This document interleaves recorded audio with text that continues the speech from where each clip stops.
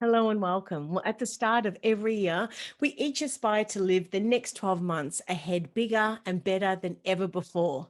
It's common that our goals include to live a healthier life, to have less stress, to create more time for the things that we want to do, and to increase our savings. Now, what if I told you that one thing could help you with achieving all those four that I just mentioned? As hard as it is to believe and accept, we're actually at the halfway point of this year.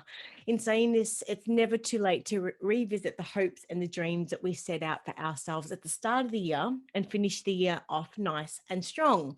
So, Rach, what is this mystifying idea and notion that you're speaking about? Well, it's all the possibilities that meal prepping by freezing our foods can add and does provide us. So, to help guide us through and to share some of the inspiration, we welcome back one of our favorite guests, Siobhan Boyle, CEO of the Good Foundation. Thank you so much for joining us and welcome back. How you doing? I'm really good. Thank you very much for having me back. And this is also one of my favorite topics. I suppose it's that sort of perception that people have that sometimes freezer food is bad for you. Yeah. And, as we were just talking just before we started having this interview today, that about how, we both love batch cooking and how satisfying it is to plan ahead and, be able to sort of portion up those delicious meals so that you've always got something which is healthy and nutritious and homemade in your freezer to pull out at any point to feed yourself and your family. So it's such a good thing that I do and you do, and I want to encourage more people to do that. And I know that Jamie's also a massive fan and he's a massive advocate of this, filling up your freezer and cooking for your freezer too. And so with that then, so as you said it yourself, Jamie Oliver is a huge fan of planning ahead and using our freezers to help save time when feeding the family, um, with a focus on health and, sort of healthy meals and everything else. So why do you think Jamie is such a big fan of this? Oh, well, Jamie is all about encouraging people to cook from scratch. And when you're making a soup or you're making a chili or you're making a big batch of bolognese, it's just as easy to make it for two people as it is for four, as it is for Totally agree. six. And so, that time spent in the kitchen and, buying those ingredients, you can do that once and then you can portion it up and you've got it there. So it's just, ensuring that, when you are cooking something, you're getting the most value out of that cooking time, which is Yeah, going to give you value sort of more long term as well, which, is a really great thing to do. And totally it's agree. not, I mean, it's not just about the cooking for your freezers as well. It's also knowing what you should have in your freezer as well as your ready cooked ingredients. So, Yes. knowing what we would suggest to have in there in terms of, your frozen vegetables, because frozen veggies are actually a really good way of getting vegetables into your diet all year round. They're snap frozen, so they're often more beneficial for you than their fresh counterparts. And it's the same with um, berries as well. So if you've got, a freezer which is packed full of berries and frozen veggies, you can always whiz up a little crumble or a smoothie and you can make yourself something delicious if you want a little something sweet. But then equally, if you need some peas to sort of serve on the side of a dish or some broccoli or cauliflower to add into a curry or, or a vegetarian dish, you've got that there on standby too. So there is a real value in kind of making sure your freezer is very well stocked with not just the beautiful homemade dishes that you've made, but then also those really smart ingredients which are going to sort of help sort of add additional nutritional value to your foods all year round, which I think it's a total win. And I think people's perception of that, is needs to change in terms of, freezer food is bad for you, because there are lots of freezer things that are really good for you too. Yes, look, I think the rewards far outweigh any disadvantages, which I can personally vouch for. As we were just chatting before, I've personally experienced the benefits of doing this for at least the last 10 years.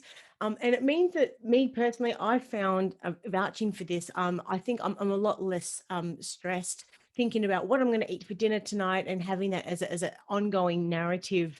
And like, oh, it's a chore, because like you, I love to be able to cook, and I love to be able to spend my time enjoying doing it instead of it being that daily sort of, oh my goodness, thing that every night, what am I going to eat type of thing. I think it's a work smarter, not harder philosophy. And in particular, like, why do you think that winter is a great time for freezing lots of different sort of dishes as well? What are your thoughts?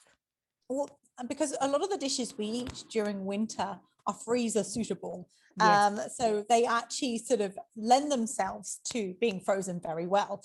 Whereas if you think about what we tend to eat in summer, it's much lighter. It's lots of salad, and salad ingredients don't freeze at all. I don't know if we've all experienced the lettuce in the back of your chiller section in the fridge, and when it freezes, that's not something nice to eat. The same with your cucumber, tomatoes, anything that sort of gets that fridge frost is not good.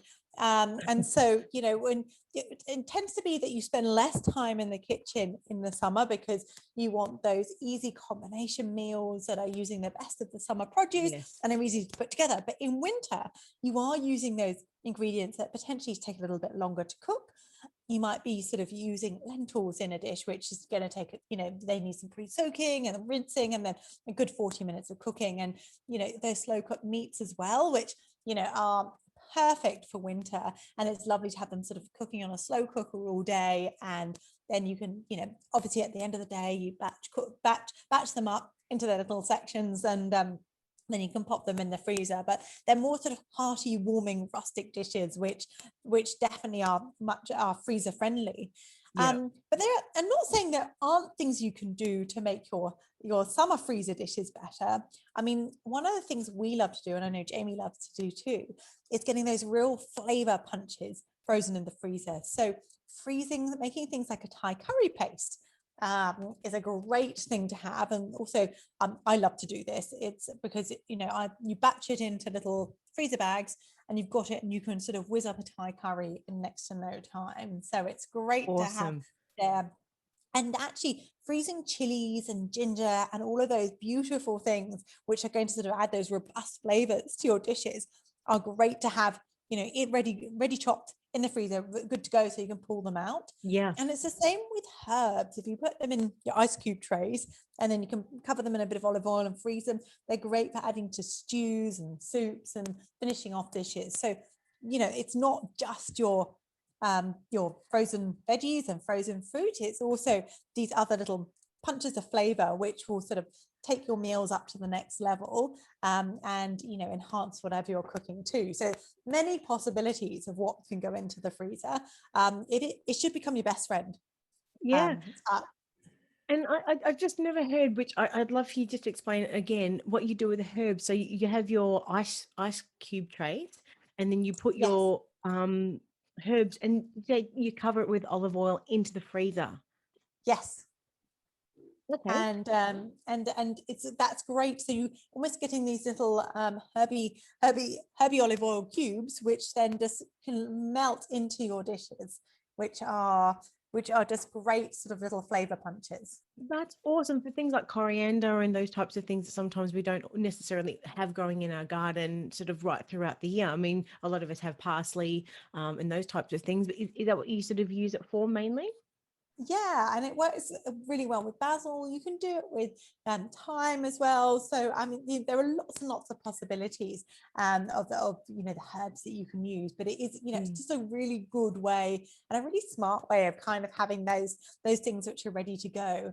And another idea that we suggest is doing the same with stock. So if you make a beautiful homemade stock as well, you can then freeze that into your little freezer cubes, into your ice cubes, and then you've got those ready to go just to add into your soups and your stews. And you can, and that's nothing more satisfying if you made a roast, is there? And then you have, you use that Great carcass to idea. then, and with the leftover veggies as well, and you can make this beautiful stock, which can then be used to enrich all of your dishes and sort of those hearty, lovely dishes which we're going to be creating throughout winter. Yeah.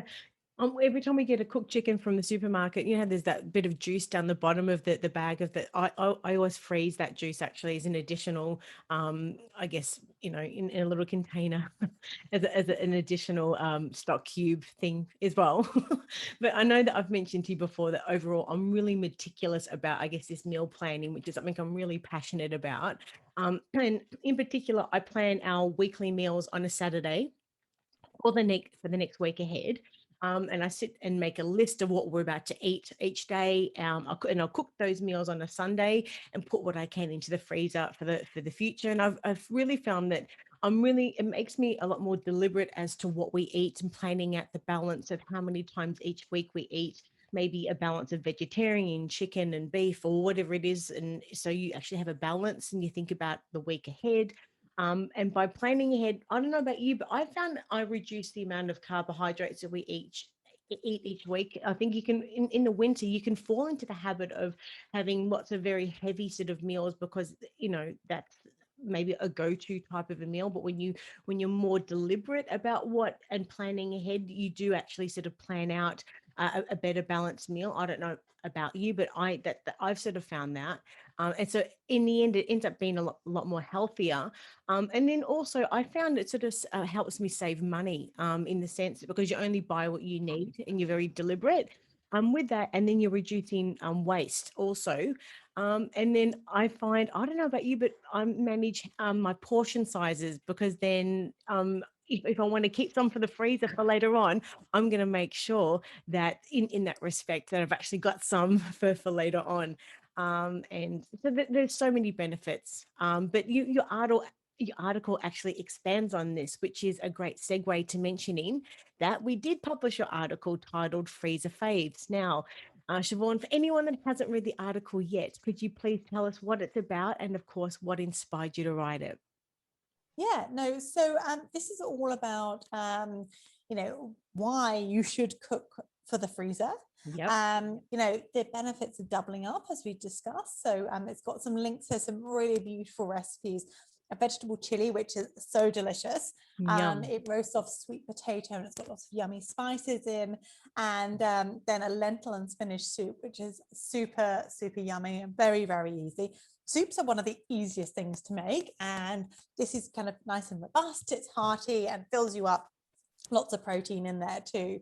And then it is also sort of about sort of how long you should store food for, and the value of those ingredients that you can have in your food. So in terms of like that frozen food, as I mentioned, with veggies and your fruit, often they've been snap frozen once they've Yes. been picked. So they're actually as beneficial for you I as wanted their to fresh ask you about counterparts. that. So are frozen vegetables as good as fresh? And I Oh, wanted to ask you in that what contains more nutrients and what's healthier yeah. for us? So in terms of they're very, very comparable. If they are like the snap frozen veggies, then they are literally as good for you as their fresh counterparts. But like with anything, if you are buying things for the freezer, sometimes they Mhm. might have added sugar and things in them. So it's always good to have a look at the label and make sure what you're buying is just peas or just carrots or just broccoli or just raspberries. So yeah, no, it's just that it's good just to have kind of your eyes across things when you're looking at buying anything sort of which comes from a packet too.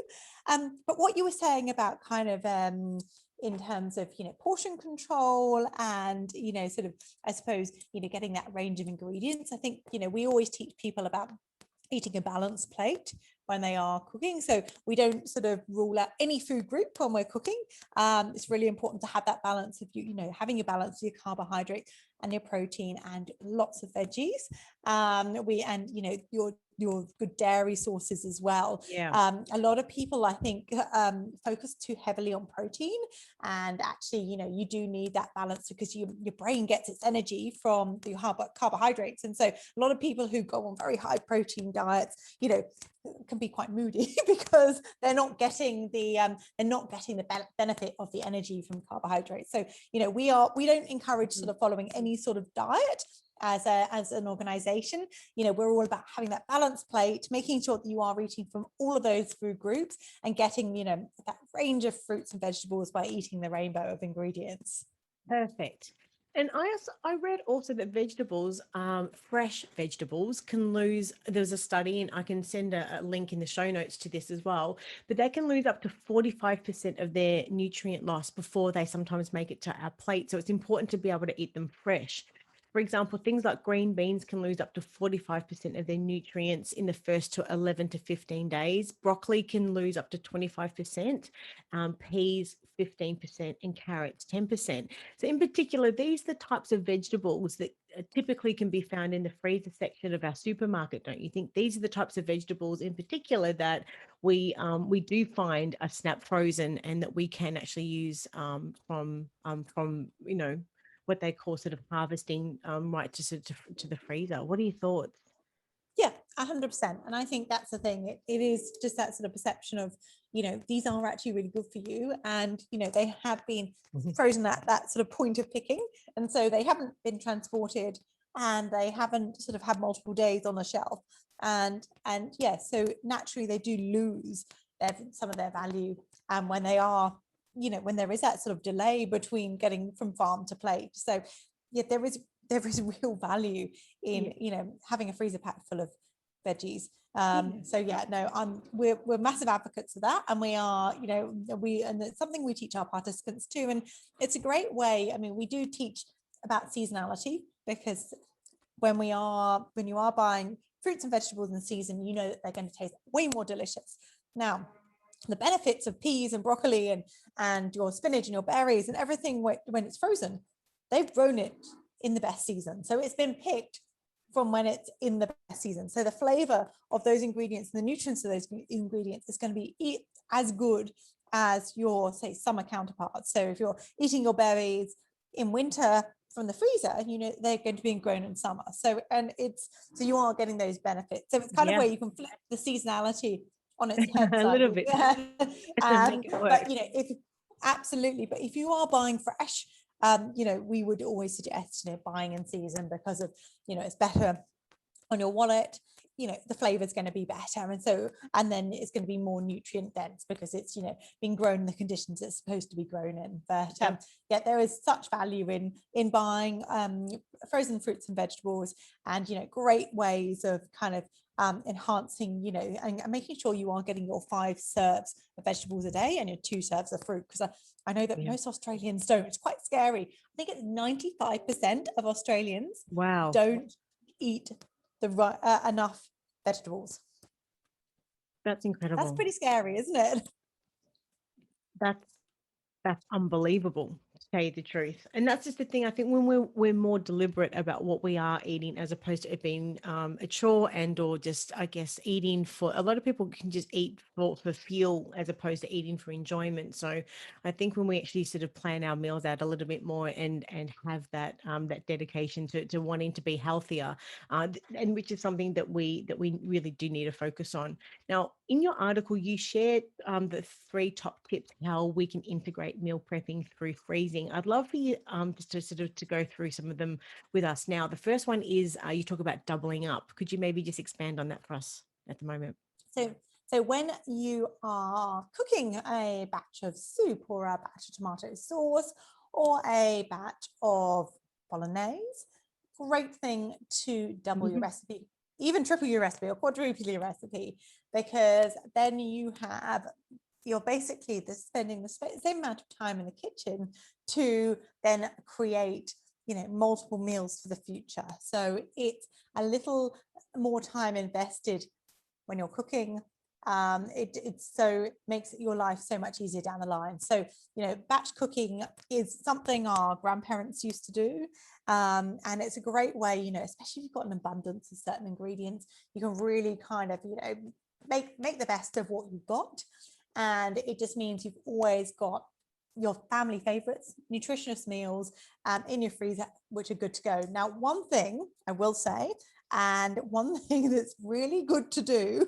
I know what you're going to say. I actually know what you're about to say, but anyway, yes. And just make sure, number one, you put them in freezer suitable containers, because otherwise you're going to be in a world of trouble.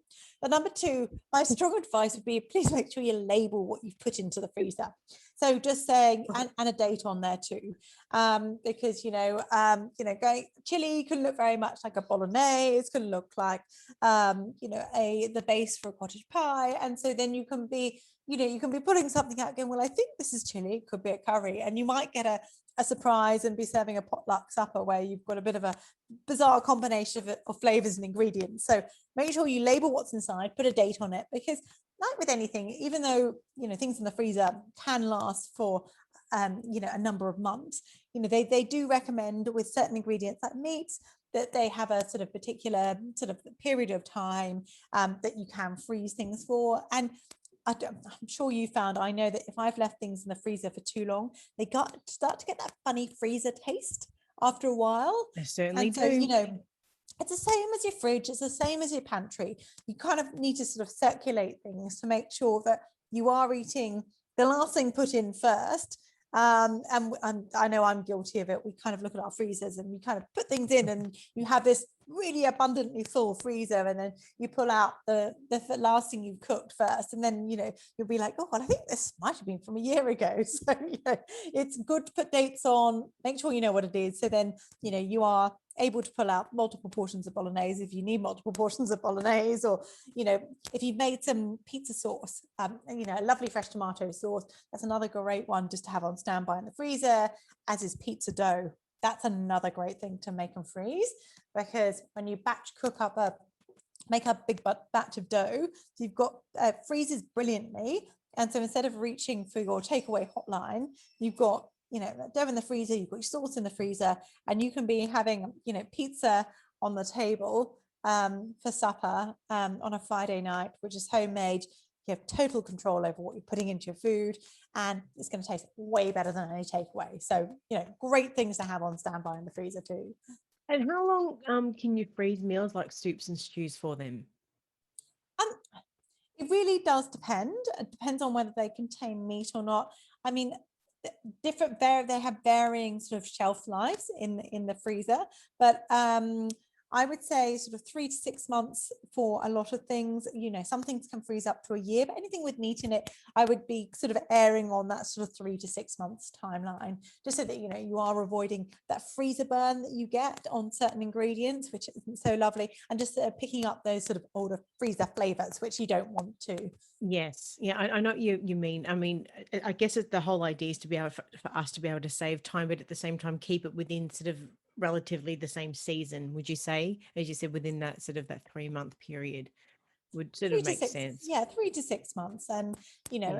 you can, I know that people do push it out for longer, and the wonderful thing about the freezer is it's not going to go off, but it's just there are just the other effects that it's going to have. So Of in terms course. of just it starts to sort of denature the sort of dish slightly, and pick up those other sort of negative things from leaving things in there for too long. So it's just good to sort of keep that on rotation, and that makes it more exciting too, because once you're getting to that point that you're looking like your freezer's getting a little low again, you can have a batch cooking day. I love to do that. I love to kind of go, right, I'm going to cook multiple dishes and get them into the freezer.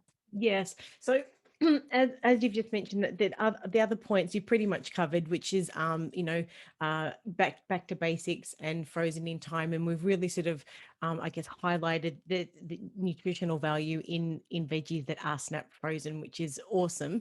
And then I'd love to know, like, personally, what are your go-to meals to freeze in winter? Like what do you like sort of freezing? Well, I love to freeze big batches of chili. I love I love making lots of curries, so lots of slow cooked dishes. I freeze a lot of soups. I freeze a lot of tomato sauces for pizzas.